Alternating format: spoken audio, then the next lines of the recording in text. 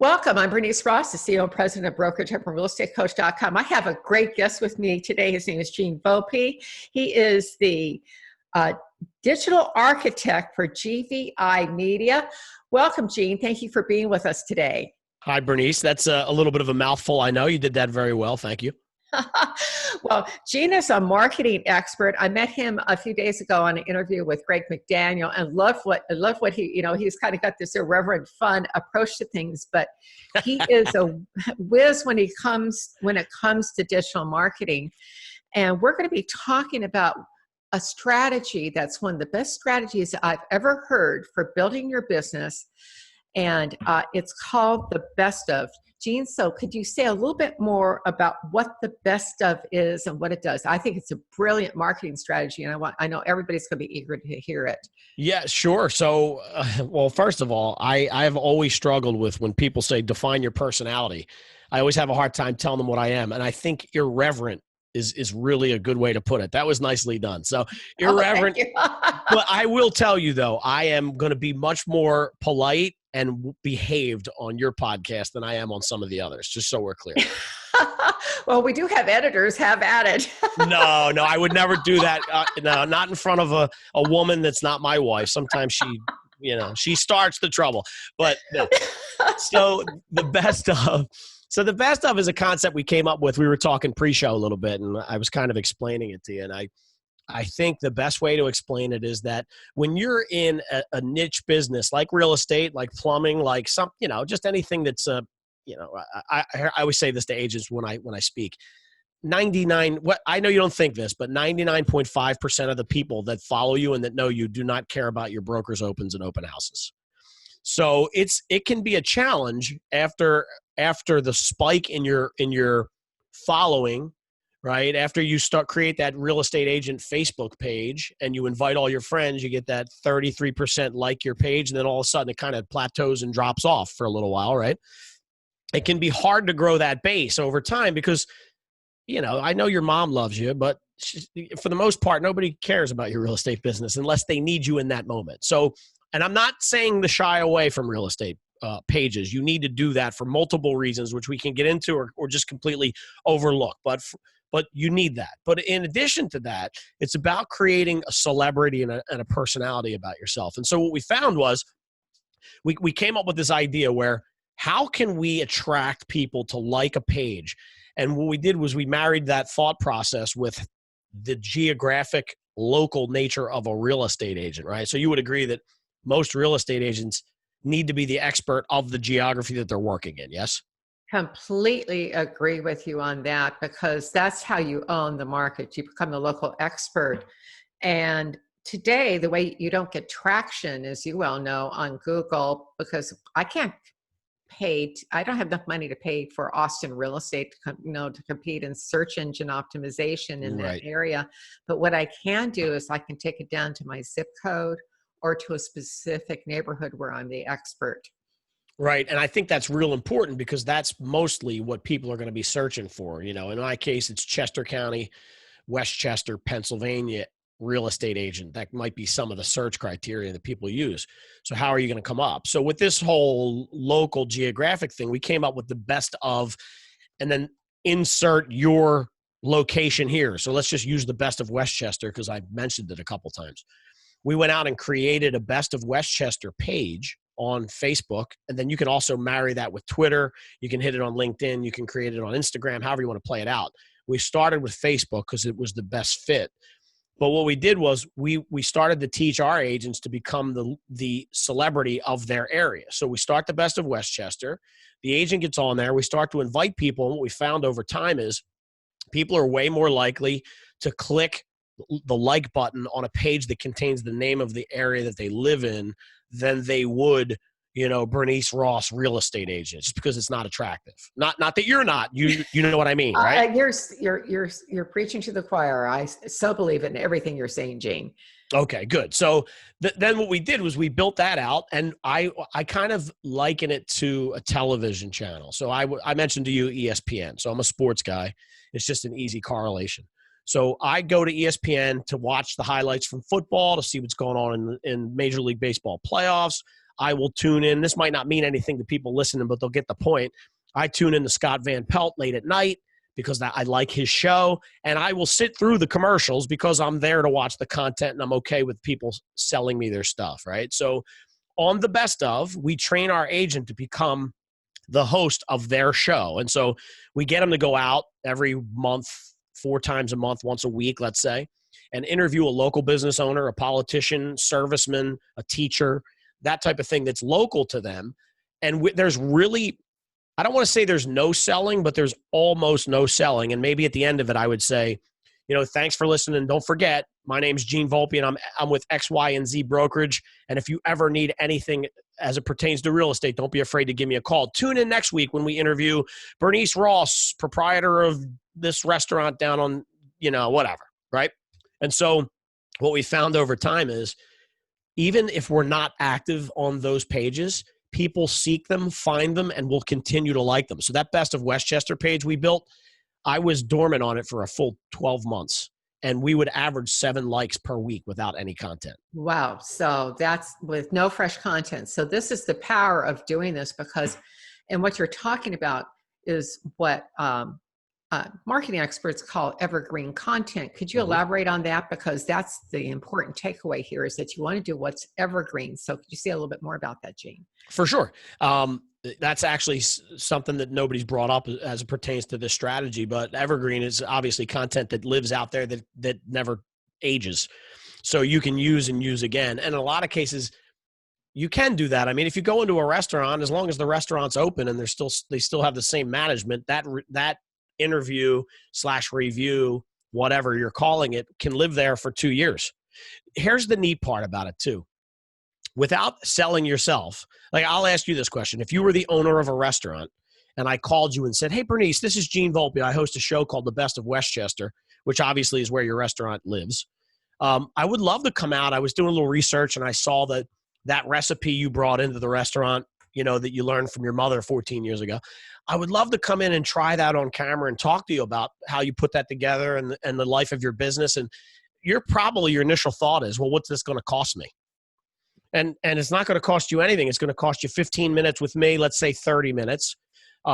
Maybe we can talk about you giving me a $50 gift card so I can give it away, and then you get a new customer. And we can actually string that out. So week 1, we announce that we're going to be at Bernice's restaurant. Week 2, we do the interview. Week 3, and we announce in the interview we're going to do a giveaway the following week. And then week 3, we do the giveaway. And so we're getting like triple the exposure from the one interview, and it costs you nothing. And if you're smart behind the scenes, you can create coupons. Here's another strategy that I heard, and I can't take credit for this. I think Greg McDaniel came up with it on Real Estate Uncensored. And it's go out and find all your local Groupons and call the restaurant and say, hey, we'd love to do an interview, and I want to give away some of your Groupons. Is that cool? Well, they're already giving stuff away at 15%. Why can't you give it away for them? You're just marketing for them for free, right? And so we go out to these places, we do our interviews, we make it look pretty, we post it, and people come out of the woodwork to talk about it. So it's kind of can I be honest with you? This is part of the reason why I came up with the strategy. I had hoped to build this, and I still do. It's just one of these things that sits on the back burner, but I want to build out the 50-state network where I have people in each of the 50 states that invite me to come out and eat and drink at their restaurants to do interviews. That's it. That's the juice behind it. Love it. Yeah, so that's a strategy. Here in Austin for you. So. I love it, and I've been to Austin, and they have fantastic food and drink, and so I will come down there as well. Well, I love this notion. Now, and one of the things we were saying, as you mentioned pre-show, was the notion that what happens when I am the person doing the best of, what happens to me as the person who's hosting that? So it's kind of funny. I won't get into my story, but there's 2 things that happen. People start to recognize you out and about, which is a weird phenomenon. And I will tell you my story. So I do a lot of content around here, and I'm I'm involved in some events, and I'm involved in the schools. I have 2 daughters. We talked about that. I sit on the board at the our girls softball league has 450 girls in it. I'm the marketing coordinator and sponsorship coordinator for that league. So I got my hands in a lot of stuff. I'm out and about, and you can probably tell I'm very shy, which I'm not. So I talk. My wife says, "How do you know everybody?" I'm like, "Because I care. I'm interested. I want to know what people are doing." And so we had a beer fest locally recently, and a client of mine invited me out, bought the tickets, and we went out, and I literally saw 50 people I knew. And some knew me that I didn't know. And the guy that I went with said, "Geez, I got to buy stock in Sharpie." And I'm like, "Why?" He's like, "Because you should be out here signing autographs."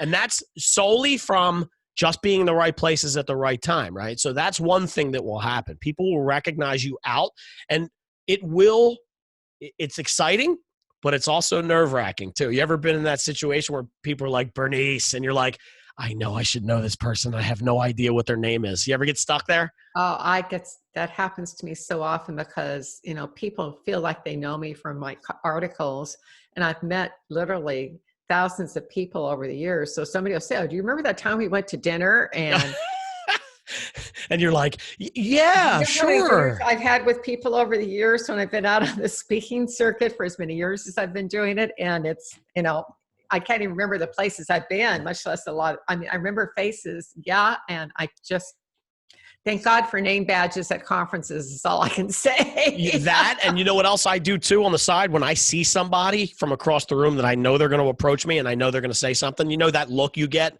and you're like, "Uh-oh, this person's about to make a move." I'll try to get on and scroll through like some of my social media sites to see if I can grab a picture. And I'm like, maybe her name is Lisa. Let me try the L's. I do that and try to get a picture. So when they come in, I go, "Bernice, it's good to see you again. How are the kids?" So just to go back, the one thing that happens is people will recognize you in public. And for a real estate agent, that is not a bad thing. And then the other thing that we saw that I didn't anticipate was going to happen, maybe a little bit, but when people in your area start to see the promotion you put out on the Best of Westchester, they start to reach out to you. So what happens is, instead of me setting up, typically what we'll say to, if you were my client, I would say to you, "Bernice, let's talk about 8 people that you know right now that we could reach out to that would say, 'Absolutely, I'll sit with Bernice.'" And we strategize behind that, right? But what'll end up happening is 4th, 5th one that comes out, you'll start getting private messages to your group. "Hey, we run this cancer research fund and we're doing an event. Would you come out and interview? What do we need to get Bernice out?" And people start proactively reaching to you as opposed to you actually having to go after them. So that's kind of a neat phenomenon that came out of it that I don't think that we really expected to happen. One of the things that I love about this is that when you generate business by serving your community, which is what you're doing here, Yeah. that's give to get marketing, and that works better than anything on the face of the planet. And when you're doing it, it's sincere. It's not a strategy that you're doing just to get customers, but it's something you're passionate about, because people recognize whether you're going through the motions or if what you're doing is real. Oh, without question. And there will be people that will do that, and you can see it. You're right. But for the most part, like the way we look at it is it's a win-win-win when we do this stuff. Obviously, I'm going to get promotion out of it. It's like when you donate to a charity. When we deal with real estate agents in my business, 95% of them are heavily involved in some type of charity, but don't want to promote it, right? And because embarrassed is the wrong word, but they're cautious that they're going to generate business through the fact that they're giving, and they don't want to do that, right? Like they don't want to exploit the charity through their business. But what I always say to agents is this, you're doing a good thing. So my father died of leukemia in 1995. And if you went out and said, "I'm part of the leukemia, lymphoma, whatever society, and we're raising money," I, in my mind, would think, "Well, I like this Bernice because she's championed something that's near and dear to my heart. So I'm going to donate $15. And then if in 3 months from now I need to move, I might think of Bernice because of that move, right?" So what would you feel guilty about that commission at that point? No. No, right? You wouldn't. If you're thinking all the way through. Here's the other point. If you open your mouth and you say that you're giving to this fund because X, Y, and Z, and you're able to generate another $1,000 and save a little kid's life, was that worth opening your mouth about? Absolutely. And then when that commission comes a year and a half later because you did something good, do you feel guilty now? Well, No. one of the things that's interesting, and I think people sometimes think if they volunteer somewhere that the money's, that they believe that the person that they're helping is going to be the person who's going to help them back. It doesn't work that way. It shows Right. up somewhere else.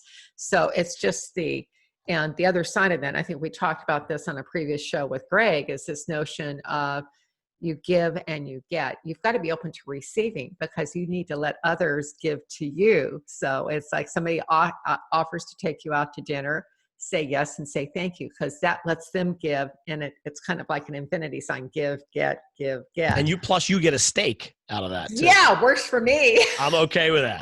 So I am a big time karma guy, right? Amen So to that. So much. what's the phrase that always comes with karma? Karma is a what? Oh, yes, that one starts with a B. Starts with a B. So what I say is, if that's you saying that, you're giving out the wrong kind of karma, because it doesn't always have to be that. It can actually be good too. Well, I always, you give what you get, and what you get comes back greater than what you gave. So if you give out what is positive, you're going to get more coming back to you. If you give out something that's hurtful, you're going to get back. And the thing, that I believe in personally, I don't know if, you obviously share the belief and others don't have to, but I believe that I've been around long enough that I've watched people who have taken advantage, who have hurt others. Mm-hmm. It always comes back to them. Yep. Comes back much worse. The person who steals your purse loses something of more value, later on to them. And that just happens. You may never see it, but I've seen it happen enough times now that, I used to, when I was younger, don't get mad, get even. No, Yep. it's, I'm kind of with the belief system, let go, let God. So. Okay. Are you a fan of Gary Vee? Do you know who Gary Vee I like is? Gary Vee. Yes. His stuff is great. Yeah. So one of the things he always says is, when you give without the expectation to receive, you'll never be disappointed. Yes. Right. And so that's what you're right. Like, if you give and it's the old theory of, how do you treat the waitress? Yeah. You can tell or what you do when no one's looking. And, yep. And I had somebody say this to me, and from the time I was a little girl, I've always had a big smile, but it's just something I do. And I always make a point of thanking, looking the wait person, the person who's picking up my glass of water or taking away, and say thank you, and look them in the eye and say that.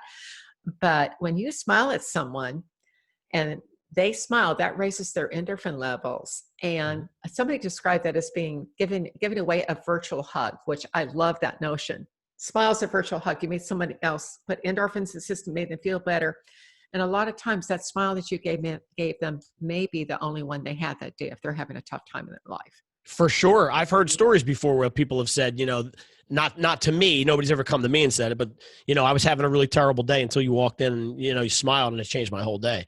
Do you know the story about, I want to say it was Larry Page, the Google CEO? Haven't heard this one. You have? Have not. So there's it's old folklore. I don't know how true it is, but when he would, and I think it was Larry Page, it was somebody high up at Google, but I'm pretty sure it was Larry Page. They said that when he would hire one of the executives that would come in, he would invite them to breakfast, and he would get there early and strike a deal with the waitress that she would get tipped better, but she had to mess up their meal. So not Larry Page's meal, the guy or girl he was interviewing, because he wanted to see what the reaction was like. And he has this theory, and if you go back and read it, it was like, if there was no reaction, they were too passive. If there was an aggressive reaction, that's not the kind of person they would work with. And he just kind of watched the interaction with the waitress because of the bad food, and that helped him make a personality assessment on the person that they were thinking about hiring. I thought that was interesting.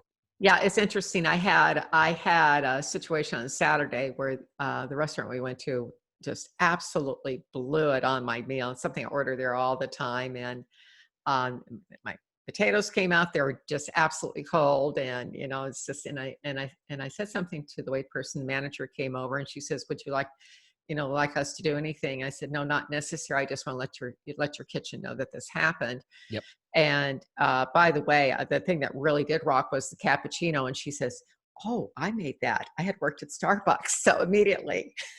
Nice. That's awesome.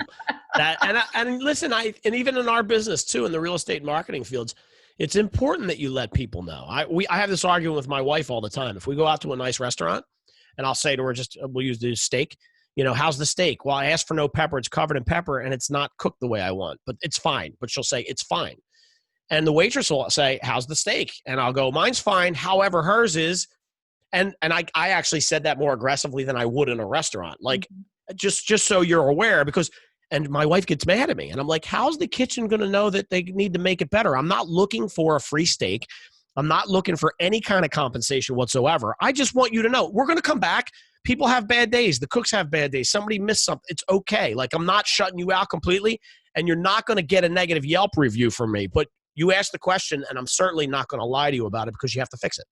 And Gene, I want to circle back around now to this notion of reviews. A lot of times we don't like to be reviewed, but it is really important that you ask for that feedback. When you finish a transaction, ask for the feedback. What did I do right? What could I have done better? We don't always like hearing it, but that is absolutely critical. And it's okay to give people feedback. And if you're dealing with a client who's a jerk, you do have a choice. Yep. You can refer them or you can walk away from the transaction. It's not worth it. No, you're right. It's a lot who you work for. So are we good on time here? Are we okay? Yeah. Okay. I just came back from Florida and I sat through a customer service class given by the Disney Institute, and which was very, very eye-opening. And we learned a ton of things in a 3-day period. And a lot of it was revolved around restaurants because they talk about these touch points in your process. And every single time that you have the opportunity to interact with a customer or even stuff behind the scenes that maybe is not face-to-face with the customer is equal to a touch point. And you have to know your touch points in order to be able to provide the top level service in whatever industry you're in. It translates, right? And the one thing that they kept talking about was not only the restaurants, but the review process. How are you going to know if your touch points were lukewarm, were excellent, or failed if you don't get the reviews? And what the guy said to me in the class, which I was like, uh-oh. He's like, when you have to do these reviews, but you also have to be ready to take that kick in the you-know-what, because it could happen. And you have to be open enough to know that, listen, none of us are perfect. I love my business. I make mistakes every single day. But it's important for me for Bernice to be able to say to me, Gene, I love you, but this is awful. And if you don't fix it, I'm taking my business from you. Okay. That gives me, he said in the thing, people complaining, but in the proper way, is them giving you a second chance. And so and I thought, okay, I have to be ready to take that constructive, because you said we're afraid sometimes of interviews because you don't know what people are going to say about you until they say it. And so, but it's an important element of our business. You got to get those reviews. You have to respond to the reviews properly. You have to take the reviews and change what's negative and hyper focus on the stuff that's really good. Well, and kind of rounding this all out. So, we started out talking about doing the best of, but what we've done now, which I think is really important, we've talked about the marketing strategy. We've talked about how to do it. And now we've talked about what to do on the backside to make it better, which is get the feedback, get the reviews, and then you put that back into the next thing you do. So you have this loop, it's like you do it, get the feedback, upgrade, evaluate, upgrade, then, so it's a cycle. So what you've really described is the marketing cycle and the importance of having that actual feedback coming in. Gene, do you have a final takeaway for us today? You put me on the spot there, but I do have one. I think a lot of times people get overwhelmed with me. I tend to talk fast. I'm a city kid. I'm a northerner. I talk fast. I have a lot of ideas. I cut my words short, and I throw a lot of stuff on agents, and they think, how am I going to start up a page, call it this, invite all these people, create 4 interviews a month, all this stuff? Well, if you're doing 0 right now and tomorrow you do 1, aren't you 1,000% better? Yes. So get out of your own way, pick up your camera, your phone, right? Pick up your phone, Try a couple different things on video. You said at the outset of this, video is one of the best ways to get yourself noticed on Google. Take a couple videos, put it out there, watch what the reaction is, and act and react accordingly based off of what people are telling you that they want, they like, and they hate. So what my point there is just get out and try something new and then see where the chips fall. You may end up getting a commission out of it. Absolutely. Well, that's a great way to wrap this up. We've been visiting with Gene Volpe. He is the digital architect for GVI Media, obviously a marketing expert. Gene, great tips today. Thank you for being with us. Thank you, Bernice. It was wonderful.